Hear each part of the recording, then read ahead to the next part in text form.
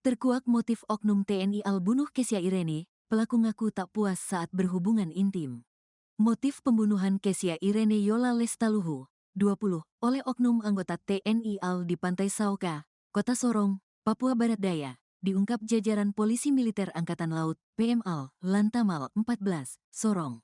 Kepala Seksi Penyelidikan dan Kriminal, Litkrim, PMAL Lantamal 14, Sorong Mayor, PM, Anton Sugiharto mengatakan, pelaku berinisial ASWP berpangkat Kelasi, KLS, itu, merasa tidak puas berhubungan intim dengan korban.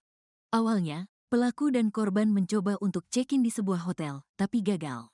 Pelaku dan korban menuju ke sebuah hotel dengan tujuan check-in, namun gagal sehingga menuju ke Saoka, kata Anton kepada awak media, Rabu, tanggal 15 Januari tahun 2025, dikutip dari tribunsorong.com.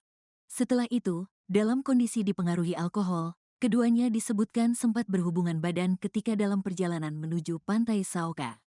Keduanya dalam kondisi dipengaruhi minuman keras. Dalam perjalanan mereka sempat berhubungan intim, ungkap Anton. Pada momen itulah, terjadi peristiwa pembunuhan tersebut.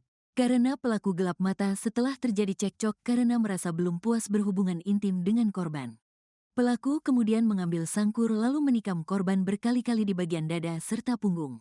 Total, ada 32 tusukan, sebelumnya diberitakan 27 tusukan. Kami masih mencari barang bukti sangkur yang dipakai pelaku, menikam korban, Red, ujar Anton. Untuk barang bukti yang lain, Anton mengatakan, pihaknya telah mengamankan pakaian korban, sarung sangkur, mobil, hingga rekaman CCTV di tempat hiburan malam, THM. Panglima Koarmada 3 Laksamana Muda TNI Hersan menginstruksikan PMAL Lantamal 14, Sorong, agar menindak oknum anggota yang membunuh Kesya itu. Saya sangat sayangkan kasus pembunuhan, Red.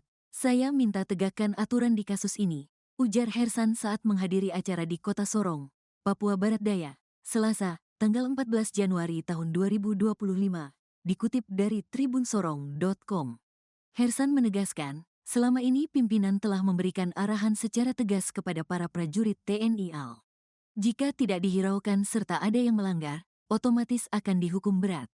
Saya sudah sampaikan anggota tidak dibenarkan bawa pistol dan sangkur di luar penugasan resmi, ucap Hersan. Kami pastikan beri sanksi seberat-beratnya. Saya sudah meminta kasus ini secepatnya naik ke pengadilan militer. Pangkoarmada 3 menyatakan, proses hukum terhadap kasus ini masih terus berjalan oleh pihak kepolisian bersama TNI AL.